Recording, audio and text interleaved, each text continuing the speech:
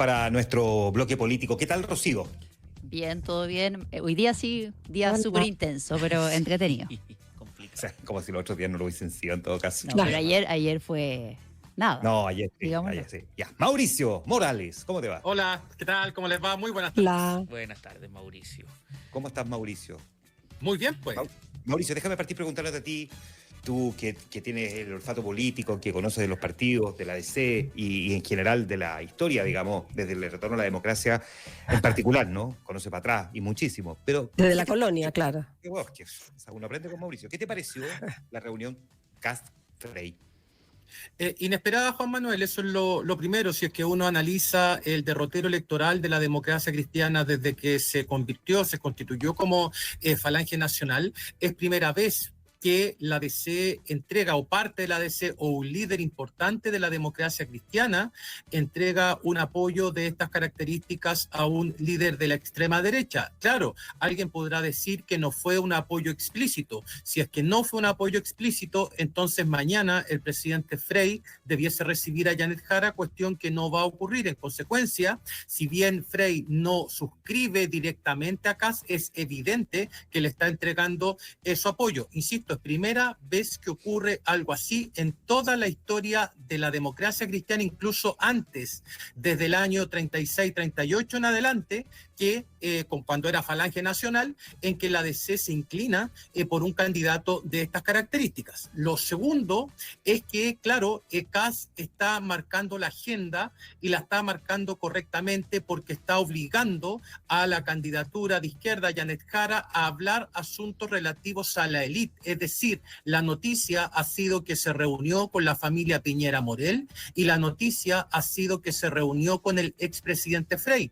Por lo tanto, si es una discusión de élite y lo que le falta a Janet Jara es llegar a ese público que no fue élite y que prefirió a Parisi o a Kaiser, entonces el diseño de campaña de Kast está siendo el correcto porque está arrastrando a la candidata de izquierda a hablar de temas que no le interesan a ese votante y que por lo tanto mantiene la situación electoral en statu quo. Lo tercero es que esta declaración del presidente Frey no tiene un efecto, no tendrá desde mi perspectiva un efecto electoral, pero sí un efecto político de proporciones. No va a tener un efecto electoral, puesto que muy probablemente las personas o los votantes de los candidatos que quedaron fuera en la primera vuelta, particularmente aquellos que llegaron a los estratos populares, no van a estar pendientes de si Kast se reunió con Frei Ruiz-Tagle o si Frei Ruiz-Tagle no recibió a Jara, pero a nivel de directiva de partido esto va a traer un efecto seguramente, bueno, de hecho ya hay presiones para que Frei sea expulsado del partido, cuestión que sería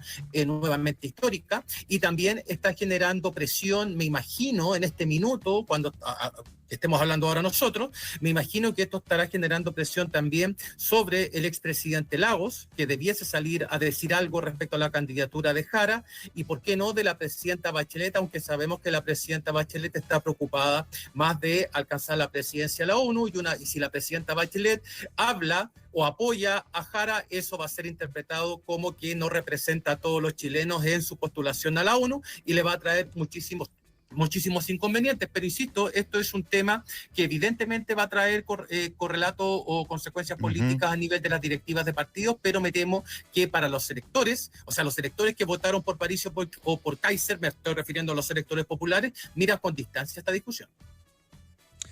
Rocío Fonseca, reacciones durante todo el día, ¿no? Entre la sorpresa y diría genuina como indignación dolida por parte de algunos representantes de la democracia cristiana.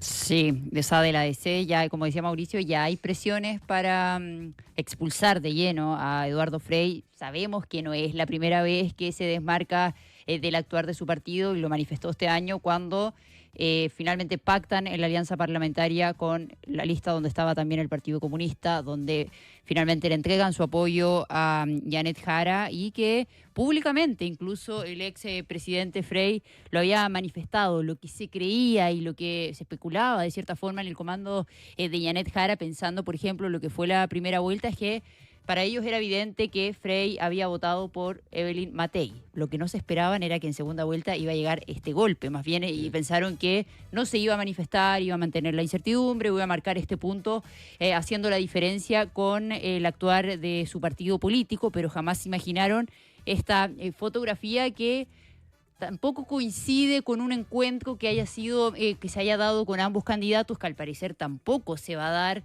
con ambos candidatos, considerando la intensa agenda internacional incluso que tiene el ex presidente Frey. Pero el golpe, la verdad, lo sintieron de la democracia cristiana. El presidente del partido, Francisco Buenchumilla, fue bastante duro. Él dijo acá, no estamos para monarcas. No porque sea expresidente puede pasar por encima de la decisión que haya tomado el partido, y sin duda yo creo que en esta ocasión sí van a haber consecuencias. Ya hay distintos militantes de la ADC que están presionando, que levantaron la notificación al Tribunal Supremo y que están pidiendo la expulsión. Mañana a las 12 va a haber una reunión muy importante de la directiva de la democracia cristiana para justamente abordar este tema y ver qué van a hacer. Claro, ahí solamente adicionar algunas cosas relevantes a lo que señalaba Rocío recién, y ha salido de la prensa igual. El presidente Frey estuvo por el rechazo, la democracia cristiana estuvo por el apruebo, el presidente Frey estuvo por el a favor en 2023, la democracia cristiana estuvo por el en contra.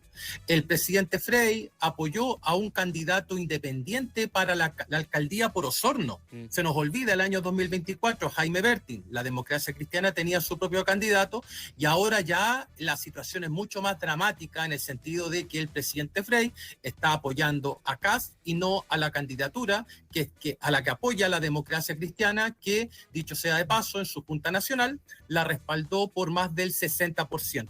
En consecuencia, el presidente Frey cada vez se aleja más del ideario de la democracia cristiana y de la política interna de la democracia cristiana. Recuerden ustedes que la DC estuvo a punto de morir. Yo pensé que moría esta elección. Sin embargo, sacó poco menos del 5%, obtuvo 8 diputados y sigue con vida, sin perjuicio de que su deterioro electoral sea evidente. Pero los que hoy día mandan en el Partido Demócrata Cristiano son personas muchísimo más cercanas a la izquierda. O sea, no estamos hablando de una DC dominada por el grupo de Soledad Alvear o Gutenberg Martínez. No, estamos hablando con una DC que es dominada por Francisco Buenchumilla y Yasna Proboste, y una base electoral de la democracia cristiana que por lo menos que se ve representada en las juntas nacionales, también mucho más proclive a la centroizquierda. Por lo tanto, si bien el presidente Frey es un símbolo, fue el último presidente de la República Demócrata Cristiano que lleva la carga del apellido,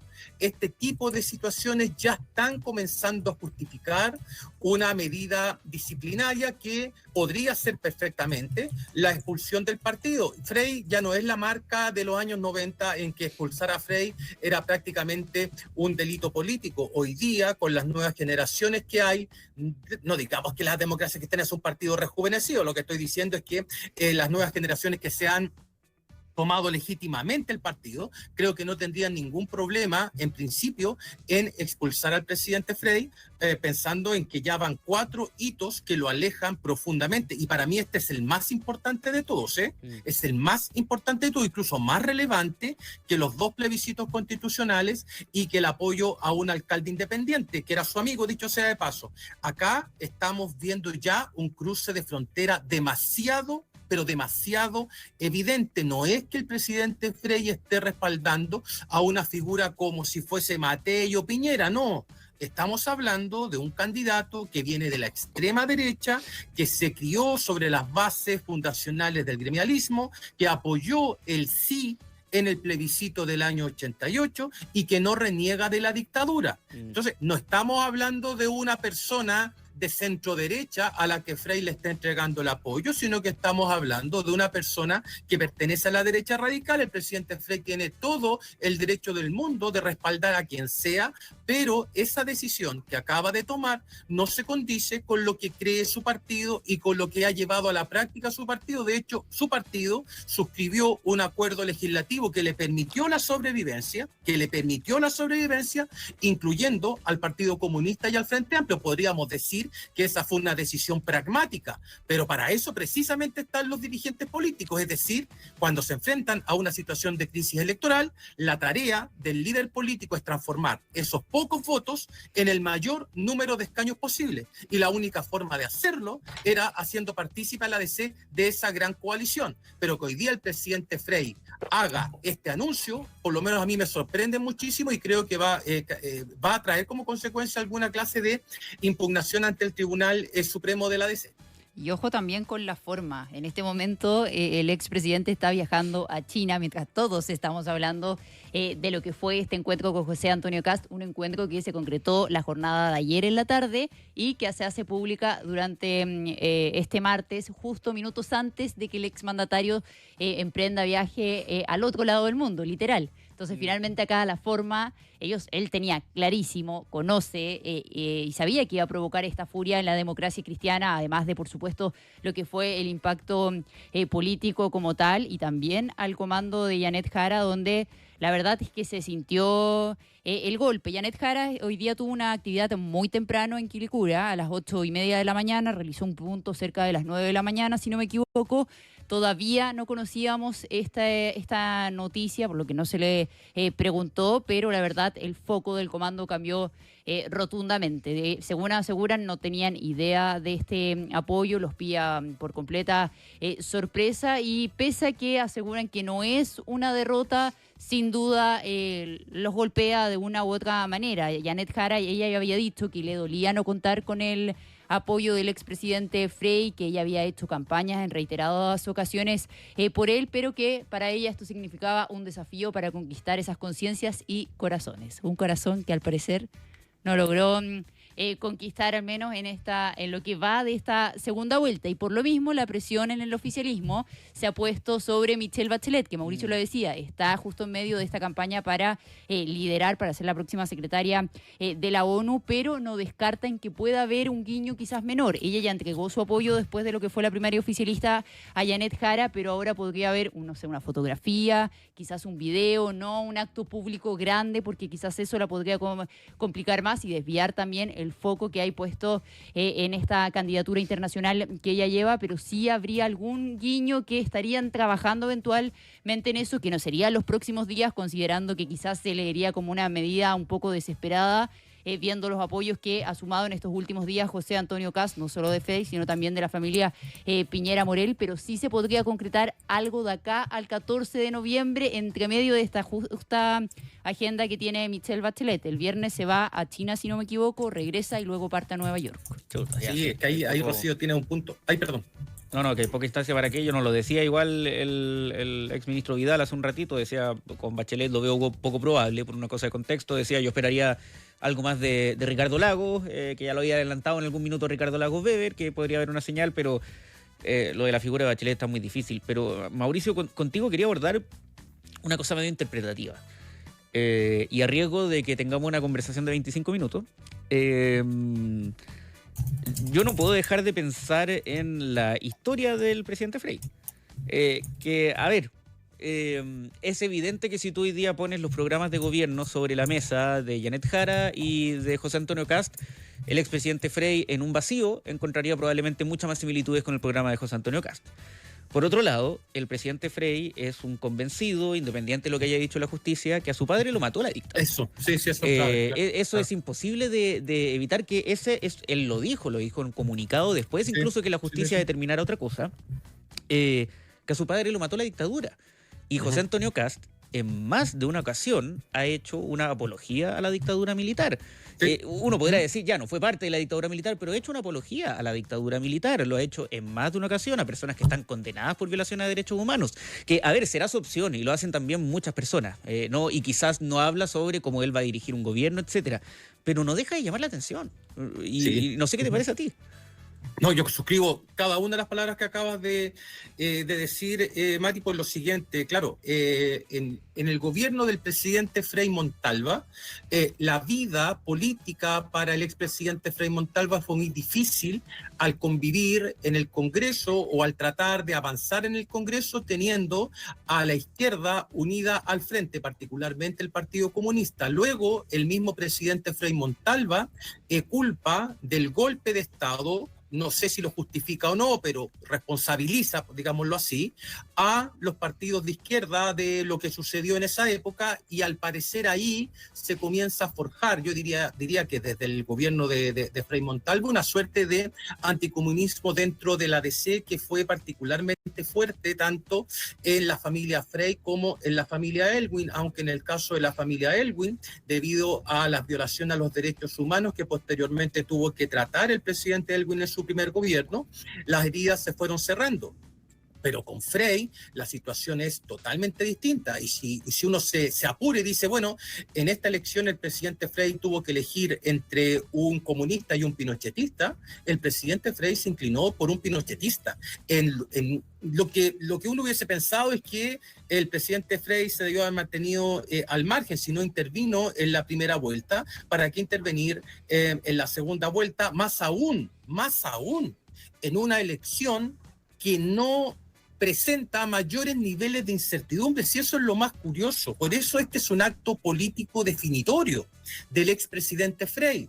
Yo te creo si es que hubiese habido, según las encuestas de opinión, una competencia muy estrecha en que este tipo de voces pudieran haber sido claves a la hora de que los ciudadanos tomen una decisión político-electoral, pero estamos hablando de una elección en que si el presidente Frei hablaba o no hablaba, daba exactamente lo mismo. Por eso yo interpreto las palabras de Frei de acuerdo al dolor que tú has descrito precisamente y la convicción a la que llegó el propio Frei de que lo habían matado en dictadura.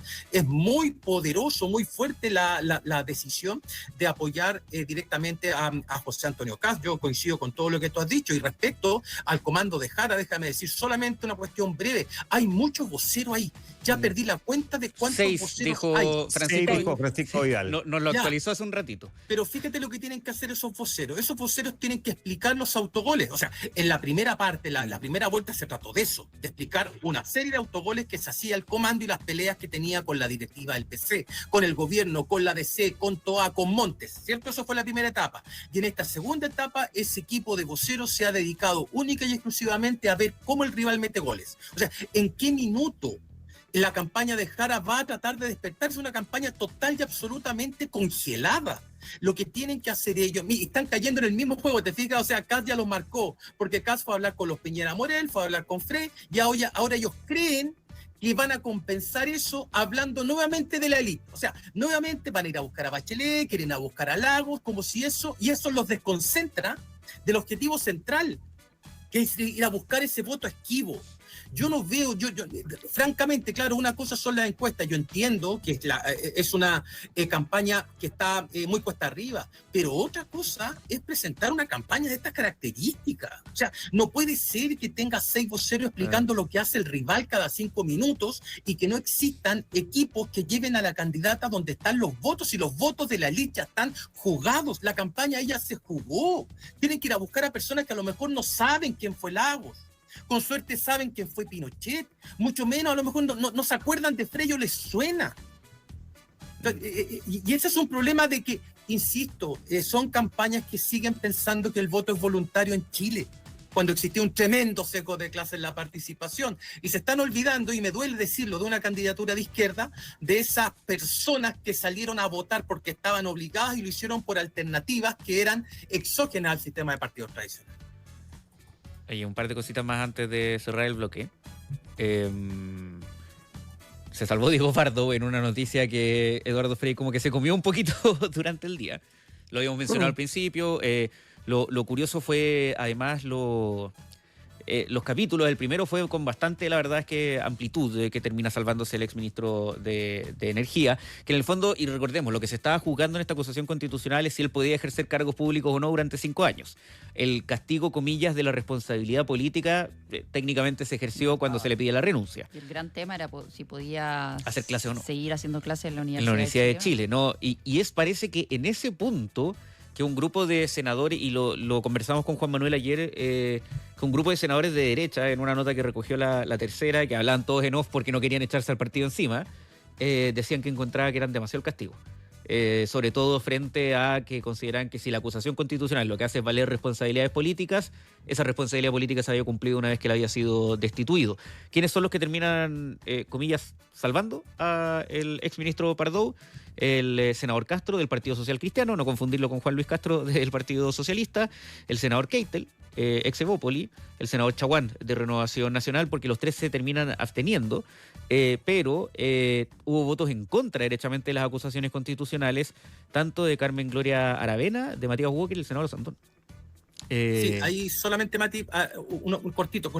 Algunos de esos senadores se van, pero que Kast vaya tomando nota del comportamiento que puede tener el Senado bajo su gobierno. O sea, esta es una señal para mí bastante clara de lo que se puede venir desde el 11 de marzo en adelante. Solamente eso. Sí, y bueno, Diego Pardo puede seguir ejerciendo cargos públicos, incluso eventualmente, o sea, en 4 años más se puede lanzar alcalde o gobernador, ¿no? En caso de que sea, incluso presidente de la República, o diputado. El gobierno se salvó de la que podría ser eventualmente la última acusación constitucional. Es que ya sería, convengamos... Estaba tratando de hacer el cálculo de qué número era, no me puedo acordar. Yo también lo busqué. Creo que es la novena, ¿eh? Pues sí, contra autoridades, esto no considerando ministros de la Corte Suprema ni de la Corte de Apelaciones. Creo que es la novena y si me equivoco es la 10ª. ¿No? Yo creo que es la 10ª contando la que hubo contra Durán. Puede Yo ser. tengo la duda. Sí, yo también tengo la duda. Ahora, el gobierno por último puede decir, dentro de las cosas que puede sacar limpio, que se fue en ese caso 9-0 o 10-0, ¿no? Una termina avanzando al Senado, estuvo súper cerca de aprobarse, pero finalmente no se termina aprobando ninguna. Y tú dices, Rocío, podría haber sobrevivido a la última acusación constitucional contra algún ministro o exministro, que uno espera que así sea, porque no queda nada. Es como, ¿qué más puede pasar de aquí a marzo? Al 11 de marzo, entendiendo que además en febrero hay receso legislativo, ¿no? Sería nunca curioso. No, si uno nunca sabe, ¿no? Y puede descubrirse alguna cosa que además sea particularmente grave. Son cosas que pasan en el desarrollo político, pero ya uno no encuentra dónde queda el espacio para una acusación constitucional extra. Y lo otro que quería comentar antes de cerrar, Ciudadanos, perdón, se me quedó pegada la conversación con Francisco Vidal, reapareció Evelyn Matei a través de un muy breve video. También se vio opacado por... Que también Eduardo se vio Frei. opaco, o sea...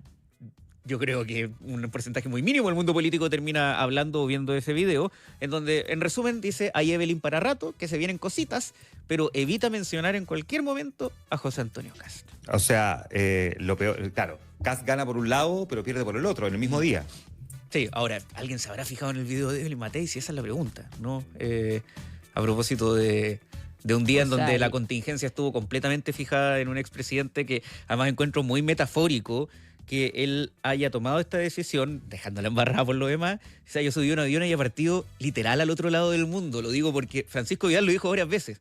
Dijo, esto no es cruzar el río, esto es cruzar el Atlántico. O sea, una jugada espectacular, creo yo. No, pero insisto, metafórico además, está literalmente cruzando el mundo después de la decisión que él decidió tomar el día de ayer al reunirse con José Antonio Kast. Oye, y el video de Evelyn Matei se da, opacado por lo que fue este controversial encuentro con Frei, pero también después del encuentro de Kast con los Piñera Morel. Sí, porque que ayer no es también, menor que un guiño directo a ese mismo electorado de Matei. Durante la primera mitad del día, y probablemente lo habríamos seguido comentando, si es que no hubiera pasado justamente este otro tema que es publicado primero por el diario La Segunda, ¿no?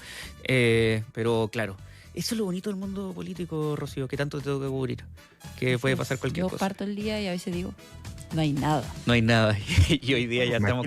Y eso que todavía no termina. Eso que todavía no termina. Basta, Sí. basta. Van como 3 notas del área y esperemos que sea lo que cierre justamente el noticiario de Mega Noticias Central. Gracias, Rocío. Gracias, Mauricio. Nos vemos. Nos vemos, Chao, que esté muy chao. bien, chao. Que estén muy bien. Un abrazo.